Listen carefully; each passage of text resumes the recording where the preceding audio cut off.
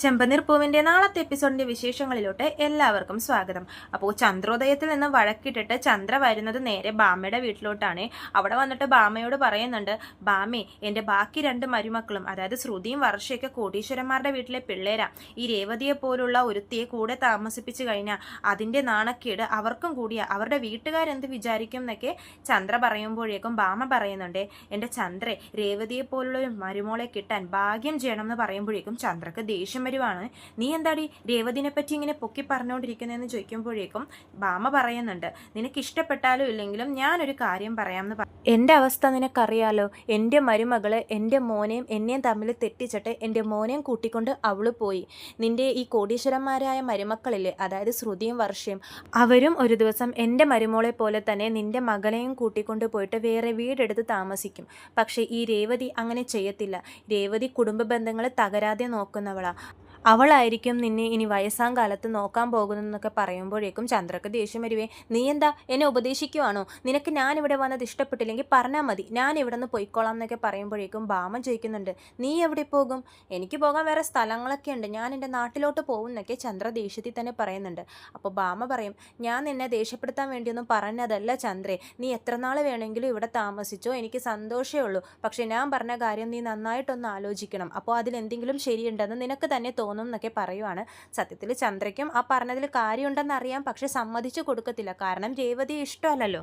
രേവതിയുടെ അനിയൻ ചെയ്ത തെറ്റിന് സച്ചിയെയും രേവതിയെയും വീട്ടിൽ നിന്നും പുറത്താക്കേണ്ട കാര്യമൊന്നും ഇല്ലെന്നും ബാമ പറയുന്നുണ്ട്.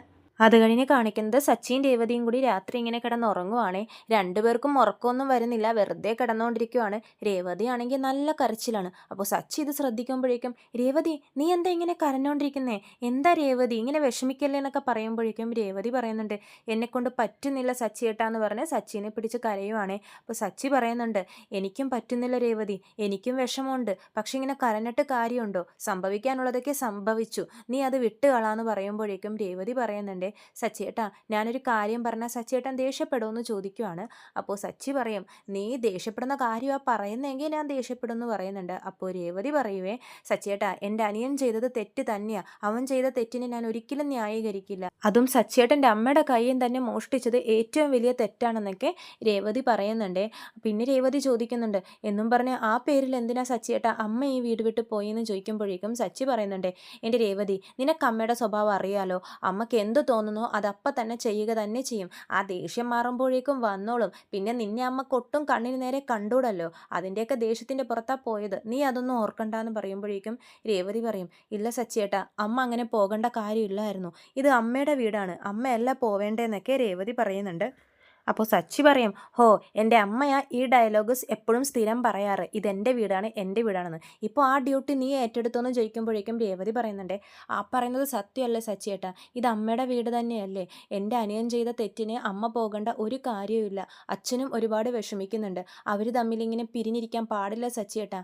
ഞാനൊരു കാര്യം പറയട്ടെ, നമുക്ക് ഈ വീട്ടിൽ നിന്ന് മാറി താമസിച്ചാലോ എന്ന് ചോദിക്കുമ്പോഴേക്കും സച്ചി ദേഷ്യപ്പെടുവാണേ. നീ എന്താ രേവതി പറയുന്നത്? ഈ വീട്ടിൽ നിന്ന് മാറി താമസിക്കാനോ? നിനക്കെന്താ വട്ടായോ എന്ന് ചോദിക്കുമ്പോഴേക്കും രേവതി പറയുന്നുണ്ട്, ഇതുകൊണ്ടാണ് ഞാൻ സച്ചേട്ടനോട് നേരത്തെ പറഞ്ഞത് എന്നോട് പൊട്ടിത്തെറിക്കരുത്, ദേഷ്യപ്പെടരുതെന്നൊക്കെ. ഞങ്ങൾ മാറി താമസിക്കുന്നതല്ലേ സച്ചിയേട്ടാ നല്ലത്, അമ്മയും അച്ഛനും തമ്മിലുള്ള വഴക്ക് അങ്ങനെയെങ്കിലും മാറുമല്ലോ, അവർ തമ്മിലിങ്ങനെ പിരിഞ്ഞിരിക്കാൻ പാടില്ല എന്നൊക്കെ രേവതി പറയുന്നുണ്ട്. അപ്പോൾ സച്ചി പറയും, എൻ്റെ രേവതി, നീ വന്നതിന് മുമ്പ് തൊട്ടേ അവരിങ്ങനെ തന്നെയാണ്, എപ്പോഴും തല്ലുപിടുത്തം, ഈ തല്ലുപിടുത്തം കണ്ടുകൊണ്ടാണ് ഞാൻ വളർന്നത് തന്നെ. അച്ഛൻ ഒന്ന് പറയും, അമ്മ വേറൊന്ന് പറയും, രണ്ടുപേരും 2 ദിവസം മിണ്ടാതിരിക്കും, പിന്നെ അതുപോലെ തന്നെ കൂടിക്കോളും, ഇതൊന്നും ഒരു വിഷയമല്ലെന്നാണ് സച്ചി പറയുന്നത്. ഞാൻ കാരണം ആർക്കും ഒരു വിഷമവും ഉണ്ടാവാൻ പാടില്ലെന്ന് രേവതി പറയുമ്പോഴേക്കും സച്ചി പറയുന്നുണ്ട്, എൻ്റെ രേവതി, ഇവിടെ എല്ലാവരും നിന്നെയാണ് വിഷമിപ്പിച്ചുകൊണ്ടിരിക്കുന്നത്, പാലറട്ടത്തിക്കും വർഷിക്കും കൊടുക്കുന്ന സ്ഥാനം നിനക്കിതേവരെ അമ്മ തന്നിട്ടില്ല, എല്ലാവരും കൂടി നിന്നെ വിഷമിപ്പിക്കുന്നത് ഞാൻ കണ്ടില്ലെന്നാണോ നിൻ്റെ വിചാരം? എനിക്കതൊക്കെ നല്ലതുപോലെ അറിയാം, പിന്നെ ഞാൻ അതിലൊന്നും ഇടപെടാതിരിക്കുന്നത് എന്തുകൊണ്ടാണെന്ന് നിനക്കറിയാവോ? എനിക്കും മഹേഷിനെ പോലെ ഭാര്യയായിട്ട് വേറെ വീട്ടിൽ പോയി താമസിക്കാം. ഞാനങ്ങനെ ചെയ്യാത്തത് ഈ വീടിന് വേണ്ടിയിട്ടോ സ്വത്തിനോ വേണ്ടിയിട്ടോ ഒന്നുമല്ല. എൻ്റെ അച്ഛൻ ഉള്ളിടത്തോളം കാലം നമ്മൾ ഈ വീട്ടിൽ തന്നെ താമസിക്കണം രേവതി, എനിക്ക് എൻ്റെ അച്ഛൻ്റെ കൂടെ കഴിയണം, അതുവരെ ഞാനും നീയും ഈ വീട് വിട്ട് വേറെ എവിടെയും പോവില്ല, ഇവിടെ തന്നെ ഉണ്ടാവും എന്ന് സച്ചി പറയുവാണ്. അച്ഛനൊരു ചെറിയ പനി വന്നാൽ പോലും സച്ചി എന്നാണ് ആദ്യം വിളിക്കുന്നത്. ആ അച്ഛനെ വിട്ട് പിരിഞ്ഞു പോകുന്നത് എന്നെപ്പറ്റി എനിക്ക് ചിന്തിക്കാനേ പറ്റില്ല രേവതി. നീയും അതേപ്പറ്റിയൊന്നും ചിന്തിക്കരുത്. നീയും അങ്ങനെ ചിന്തിക്കുന്നവളല്ല എന്ന് എനിക്കറിയാം എന്ന് പറയുമ്പോൾ രേവതി പറയുന്നുണ്ട്, ഞാൻ ഇവിടുന്ന് സന്തോഷത്തോടെ ഇറങ്ങി വേറെ വീട്ടിൽ പോയി താമസിക്കാം എന്നല്ല സച്ചിയേട്ടാ പറയുന്നത്. ഈ വീട് വിട്ടു പോവാൻ എനിക്കും വലിയ ആഗ്രഹമൊന്നുമില്ല. പക്ഷെ ഞാൻ കാരണം ഈ വീട്ടിലൊരു പ്രശ്നം ഉണ്ടായി. അത് കാരണം അച്ഛനും ഭയങ്കര സങ്കടമുണ്ട് സച്ചിയേട്ടാ. അതുകൊണ്ടാണ് ഞാൻ അങ്ങനെ പറഞ്ഞതെന്നൊക്കെ രേവതി പറയുന്നുണ്ട്. രേവതി, ഈ പ്രശ്നങ്ങളൊക്കെ നാളെ മാറും. നിന്റെ അനിയൻ എടുത്തു ചാടി ഓരോന്നൊക്കെ ചെയ്തു. അപ്പോഴത്തെ ദേഷ്യത്തിൻ്റെ പുറത്ത് ചെയ്തതാ. അമ്മ ഇതുപോലെ കേസൊക്കെ കൊടുക്കും എന്ന് എനിക്കറിയായിരുന്നു. അതുകൊണ്ടാണ് ഞാൻ ശരത്തിനെ സേഫായിട്ടൊരു സ്ഥലത്ത് മാറ്റിയിരിക്കുന്നത്. അമ്മയുടെ കയ്യിൽ നിന്ന് ആ കേസ് എങ്ങനെ പിൻവലിക്കാം എന്നാണ് ഇനി ചിന്തിക്കേണ്ടത്. ശരത്തിനെ അറസ്റ്റ് ചെയ്ത് കഴിഞ്ഞാൽ അവൻ്റെ ഭാവി തന്നെ പോവും. നമുക്ക് നാളെ അതേപ്പറ്റിയൊക്കെ ചിന്തിക്കാൻ രേവതി. ഇപ്പം നീ സുഖമായിട്ട് വന്ന് ഉറങ്ങുമെന്ന് പറഞ്ഞ് രേവതിയെ മടി കിടത്തി സച്ചി ഉറക്കുവാണ്. പിന്നെ കാണിക്കുന്നത് പിറ്റേ ദിവസം രാവിലെ തന്നെ മഹിമ ചന്ദ്രോദയത്തിലോട്ട് വരുവാണേ. രവീന്ദ്രൻ മഹിമയെ വാ വന്നിരിക്കുക എന്നൊക്കെ പറഞ്ഞ് അകത്തോട്ട് വിളിക്കുന്നുണ്ട്. അപ്പോൾ മഹിമ പറയുന്നുണ്ട്, ഇവിടെ അടുത്ത് വരെ എനിക്ക് വരേണ്ട ഒരു ആവശ്യം ഉണ്ടായിരുന്നു. അപ്പോൾ അങ്ങനെ ഇവിടെ കയറിയിട്ട് നിങ്ങളെയൊക്കെ കണ്ട് കൂട്ടത്തിൽ വർഷയും കണ്ട് പോവാൻ ഓർത്തു. ചന്ദ്ര ഇല്ലെന്ന് ചോദിക്കുമ്പോഴേക്കും രവീന്ദ്രൻ പറയുന്നുണ്ട്, ഇല്ല ചന്ദ്രയില്ല, അവളൊന്ന് ബാമ്മയുടെ വീട് വരെ പോയിരിക്കുവാന്ന് പറയുവാണ്. അപ്പോൾ മഹിമ ചോദിക്കും, എപ്പോൾ വരുമെന്ന് ചോദിക്കുമ്പോൾ രവീന്ദ്രൻ പറയുന്നുണ്ട്, അതറിയില്ല എന്ന് പറയുവാണേ. അപ്പോഴേക്കും ശ്രുതി വരും. ആൻറ്റി എപ്പോൾ വന്നു എന്നൊക്കെ ചോദിച്ച് വിശേഷമൊക്കെ അന്വേഷിക്കുന്നുണ്ട്. അപ്പോൾ ബാമ പറയുന്നുണ്ട്, ഞാനിവിടെ നിങ്ങളെല്ലാവരെയും കാണാൻ വേണ്ടി വന്നതാ. അപ്പോഴാ ചന്ദ്ര ഇവിടെ ഇല്ലെന്നറിഞ്ഞെന്ന് പറയുമ്പോഴേക്കും ശ്രുതി പറയുന്നുണ്ട്, ആൻറ്റി ബാമാൻറ്റിയുടെ വീട്ടിലോട്ട് പോയിരിക്കുവാന്ന് പറയുമ്പോഴേക്കും ബാമ എപ്പോൾ വരും എന്ന് ചോദിക്കുവാണ്. അപ്പോൾ ശ്രുതി പറയുന്നുണ്ട്, അത് ആൻറ്റിക്ക് മാത്രമേ അറിയുള്ളൂ എന്ന് പറയുവാണ്. അപ്പോൾ ബാമ ഒന്നും അറിയാത്ത പോലെ, അതെന്താ അങ്ങനെ പറഞ്ഞ മോളെന്ന് ചോദിക്കുമ്പോഴേക്കും ശ്രുതി നടന്ന കാര്യങ്ങളൊക്കെ പറയുവാണ്. ആൻറ്റി ഇവിടുന്ന് ദേഷ്യത്തിലാണ് പോയിരിക്കുന്നതെന്ന് പറയുമ്പോഴേക്കും ബാമ വീണ്ടും ഒന്നും അറിയാത്ത പോലെ എല്ലാം അവരുടെ വായിൽ നിന്ന് തന്നെ കേൾക്കാൻ വേണ്ടി ചോദിക്കുന്നുണ്ട്. ദേഷ്യത്തിലോ? അതെന്തിന്? അപ്പോൾ ശ്രുതി പറയുന്നുണ്ട്, ആൻറ്റി ആ വീഡിയോ കണ്ടായിരുന്നില്ലേ എന്നൊക്കെ ചോദിക്കുന്നുണ്ട്. ആ വീഡിയോ കണ്ടു. എനിക്ക് ഭയങ്കര വിഷമമായി. ഞാനപ്പോൾ ചന്ദ്രയെ ഒന്ന് സമാധാനിപ്പിക്കാൻ ഓർത്ത് വന്നതാണ്. ആ പയ്യൻ ഇതിന് മുമ്പും ഇവിടെ നിന്ന് ബൈക്കൊക്കെ മോഷ്ടിച്ചിട്ടുണ്ടല്ലേ? അപ്പോൾ ഇത് കേട്ടുകൊണ്ട് നമ്മുടെ രേവതി വരുന്നുണ്ട് അടുക്കളയിൽ നിന്നും. ഞാനത് ബൈക്ക് ഭയങ്കര ആഗ്രഹമുള്ളതുകൊണ്ടാവാൻ മോഷ്ടിച്ചതാണെന്നാണ് ഓർത്തത്. പക്ഷേ ഇപ്പോൾ പൈസയും മോഷ്ടിച്ചിരിക്കുന്നു. ഇവൻ ഭയങ്കര കള്ളനാണെന്ന് തോന്നുന്നു. മഹാകള്ളനാണ് അവൻ എന്ന് പറയുമ്പോഴേക്കും മഹിമ രേവതിയെ കാണുവാണേ. എന്നിട്ട് രേവതിയോട് ചോദിക്കുന്നുണ്ട്, രേവതി നീയല്ലേ പറഞ്ഞ നിന്റെ അനിയൻ എന്തോ പഠിക്കുവാണ്, നല്ലോണം പഠിക്കും എന്നൊക്കെ.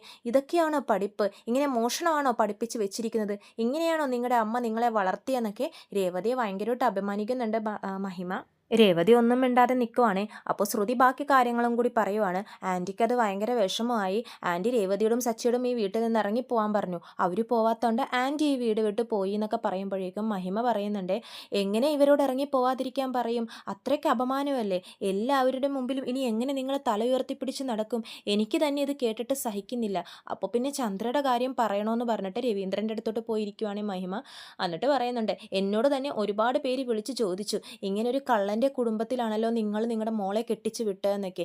എനിക്ക് തന്നെ ഇത് ഇത്ര അപമാനമായിട്ട് തോന്നുന്നു. എത്ര ഫോൺ കോൾസാണ് എനിക്ക് വരുന്നതെന്നൊക്കെ അറിയുമെന്ന് മഹിമ പറയുന്നുണ്ട്. ഞങ്ങളുടെ കുടുംബത്തിൽ ഇങ്ങനൊരു കള്ളനുണ്ടെന്ന് ഞങ്ങൾക്ക് അംഗീകരിക്കാനേ പറ്റും. ഞങ്ങളുടെ കുടുംബം നല്ല അന്തസ്സായിട്ട് ജീവിക്കുന്നവരാന്നൊക്കെ മഹിമ പറയുന്നുണ്ട്. അപ്പോഴേക്കും സച്ചി വരുവാണെങ്കിൽ സച്ചി പറയുന്നുണ്ട്, പിന്നെ നിങ്ങളുടെ അന്തസ്സിനെ പറ്റി ഞാൻ ഒരുപാട് കേട്ടിട്ടുണ്ട്. നിങ്ങളുടെ ഭർത്താവ് ബിസിനസ്സിലൊക്കെ എങ്ങനെയായിരുന്നു എന്നും എനിക്കറിയാം.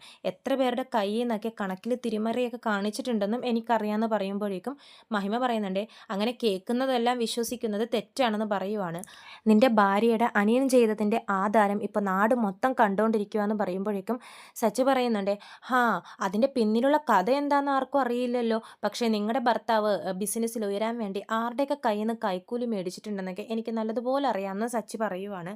അവൻ നിങ്ങളുടെ ഭർത്താവിനെ പോലെ പൈസ കാർത്തി പിടിച്ച് നടക്കുന്നവനല്ല. അന്നത്തെ ദേഷ്യത്തിൻ്റെ പുറത്ത് എന്തൊക്കെയോ ചെയ്തു. ആ പൈസ തിരിച്ചേൽപ്പിക്കുകയും ചെയ്തു എന്ന് സച്ചി പറയുന്നുണ്ട്. പൈസ തിരിച്ചേൽപ്പിച്ചാലും മോഷണം തന്നെയല്ലേ എന്ന് മഹിമയും തിരിച്ച് ചോദിക്കുന്നുണ്ട്.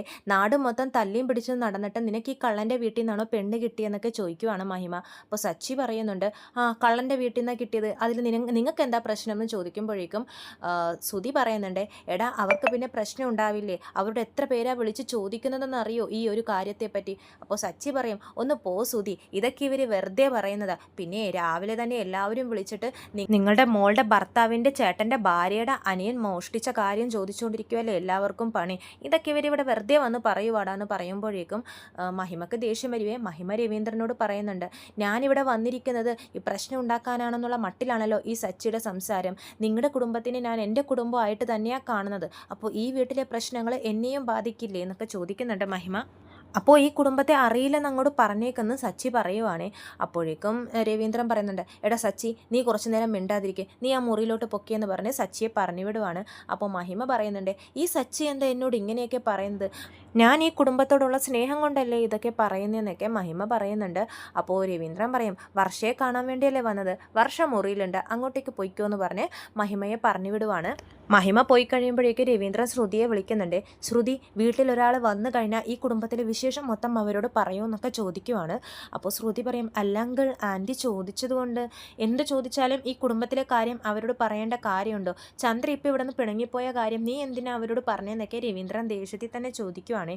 അപ്പോൾ ശ്രുതി പറയും, മഹിമാൻറ്റിയും നമ്മുടെ കുടുംബത്തിലെ ഒരാളല്ലേ, ഏത് കുടുംബത്തിലെ ആളാണെങ്കിലും നമ്മുടെ ഈ കുടുംബത്തിലെ കാര്യങ്ങൾ നമ്മുടെ കുടുംബത്തിൽ തന്നെ ഉള്ളവർ അറിഞ്ഞാൽ മതി, അത് പുറത്തോട്ട് പറയാൻ പാടില്ല, കേട്ടല്ലോ എന്നൊക്കെ രവീന്ദ്രൻ വാണിങ് പറയുന്നുണ്ട്. അപ്പോൾ ശ്രുതി പറയും, അച്ഛാ അവൾ ഉള്ള കാര്യമല്ലേ പറഞ്ഞത്, സച്ചിയുടെ അനിയൻ ചെയ്ത കാര്യം ഇപ്പം നാട്ടിൽ മൊത്തം പാട്ടല്ലേ, അവനൊരു കള്ളനല്ലേ എന്നൊക്കെ പറയുമ്പോഴേക്ക് രവീന്ദ്രൻ ചോദിക്കുന്നുണ്ട്, അപ്പോൾ നീയും ഒരു തരത്തിലൊരു കള്ളൻ തന്നെയല്ലേടാ എന്നൊക്കെ തിരിച്ചും ചോദിക്കുന്നുണ്ട്.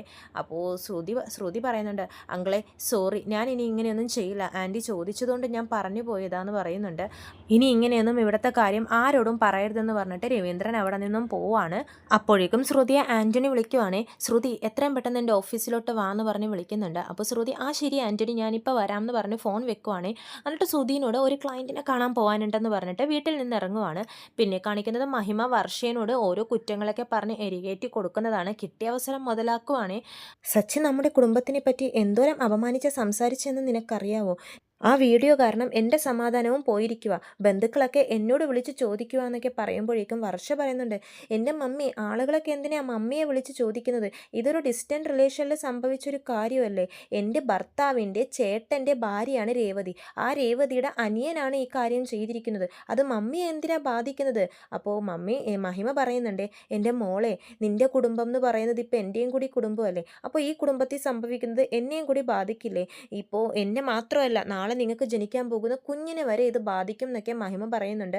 നിങ്ങൾ രണ്ടാളും നമ്മുടെ വീട്ടിൽ വന്ന് നിൽക്കുന്നതാ നല്ലതെന്ന് മഹിമ പറയുമ്പോഴേക്കും ശ്രീകാന്ത് പറയുന്നുണ്ട്, ആൻറ്റി ഈ പ്രശ്നത്തിൻ്റെ പേരിൽ എന്തിനാ ഞങ്ങൾ നിങ്ങളുടെ വീട്ടിൽ വന്ന് നിൽക്കുന്നതെന്ന് ചോദിക്കുവാണ്. നിങ്ങൾക്കും ഈ വിഷയം കൊണ്ട് ഒരുപാട് ചീത്തപ്പേരുണ്ടാവും മോനെ, നിങ്ങൾക്കും നല്ലത് അവിടെ വന്ന് നിൽക്കുന്നതാ വാന്ന് പറയുമ്പോഴേക്കും ശ്രീകാന്ത് പറയുന്നുണ്ട്, ഇത് ഞങ്ങളുടെ കുടുംബത്തിലെ വിഷയമാണ്, ഇപ്പോൾ നമ്മുടെ കുടുംബത്തിലൊരു പ്രശ്നം നടക്കുമ്പോൾ ഞങ്ങൾ വേണം സപ്പോർട്ടായിട്ട് നിൽക്കാൻ, അല്ലാതെ ഒളിച്ചോടി പോവല്ല വേണ്ടതെന്നൊക്കെ ശ്രീകാന്ത് പറയുന്നുണ്ട്. അപ്പോൾ മഹിമ പറയും, അല്ല മോനെ, നാളെ നിങ്ങളൊരു റെസ്റ്റോറൻറ്റ് തുടങ്ങാനുള്ള പ്ലാനൊക്കെ ഉണ്ട്, ലോണിനെ വരെ അപേക്ഷിക്കും, അപ്പോൾ ഇങ്ങനൊരു പോലീസ് കേസായിട്ടൊക്കെ നിൽക്കുന്നൊരു വീട്ടിൽ ഒരുപാട് പ്രശ്നങ്ങളൊക്കെ ഉണ്ടാവും മോനെ, നിങ്ങളുടെ നല്ലതിന് വേണ്ടിയിട്ടാണ് ഞാനിത് പറയുന്നതെന്ന് പറയുമ്പോൾ ശ്രീകാന്ത് പറയുന്നുണ്ട്, ആൻറ്റി അതൊക്കെ എന്നെയും വർഷയും ബാധിക്കുന്ന വിഷയങ്ങളാണ്, ആൻറ്റി അതിലൊന്നും ഇടപെടണ്ട, ഞാനും വർഷയും കൂടി തീരുമാനിച്ച് എന്താണെന്ന് വെച്ചാൽ ചെയ്തോളാം എന്നൊക്കെ ശ്രീകാന്ത് പറയുവാണ്. ഒരു ഹസ്ബൻഡ് വൈഫിൻ്റെ വിഷയത്തിൻ്റെ ഇടയിൽ സ്വന്തം പാരൻസ് വന്നാൽ പോലും ആ വിഷയം വലുതാവത്തേ ഉള്ളൂ, നിങ്ങളിതിൽ ഇടപെടാതിരിക്കുന്നത് ഞങ്ങൾക്കും നിങ്ങൾക്കും നല്ലതെന്നൊക്കെ പറയുമ്പോഴേക്കും മഹിമ വർഷയോട് പറയുന്നുണ്ട്, വർഷേ ഈ ശ്രീകാന്ത് എന്താ ഇങ്ങനെയൊക്കെ പറയുന്നത്. അപ്പോൾ വർഷ പറയുന്നുണ്ട്, ശ്രീകാന്ത് പറഞ്ഞതിൽ എന്താ തെറ്റ്, അല്ലെങ്കിൽ തന്നെ ഇവിടെ ഇപ്പോൾ ഒരു പ്രശ്നം നടന്നുകൊണ്ടിരിക്കുക, അതിൻ്റെ ഇടയിൽ കൂടി മമ്മി വേറൊരു പ്രശ്നം ഉണ്ടാക്കല്ലേ, മമ്മി ഇവിടെ നിന്ന് പൊയ്ക്കെന്നൊക്കെ പറഞ്ഞ് വർഷ പറഞ്ഞു വിടുവാണേ. മഹിമക്ക് അത് ഭയങ്കര അപമാനമായിട്ട് തോന്നുവാണ്. മഹിമ വീട്ടിൽ നിന്നും ഇറങ്ങിപ്പോവാണേ.